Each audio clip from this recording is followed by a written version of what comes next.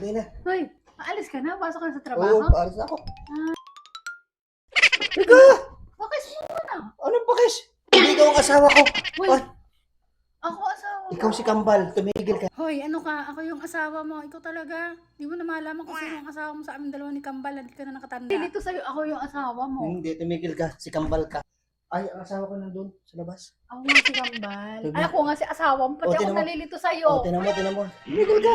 Bakit sandali? Ano yan? No, malilate ka na sa trabaho. Dadali ka na naman, tapos pagkakanulong mo ako sa asawa ko. Hindi, ako yung asawa mo. Sige na. Kiss na. At Sigurado ka? Oo, malilate ka na sa trabaho. O, sige.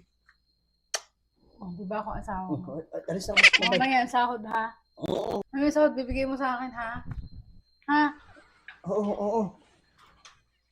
Oh, bakit parang ayaw mo bibigay sa akin? Ikaw nga si Kambal. Anong ikaw? Ako yung asawa mo.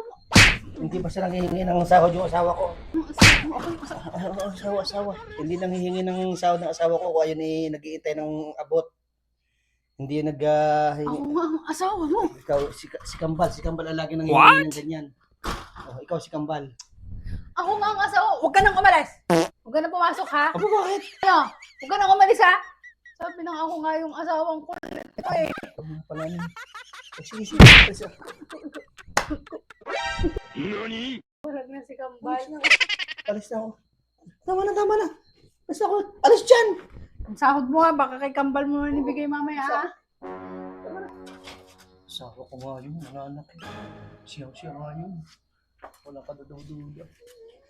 Pwede yung mga asawa kong mananakit. Pag-aalis na.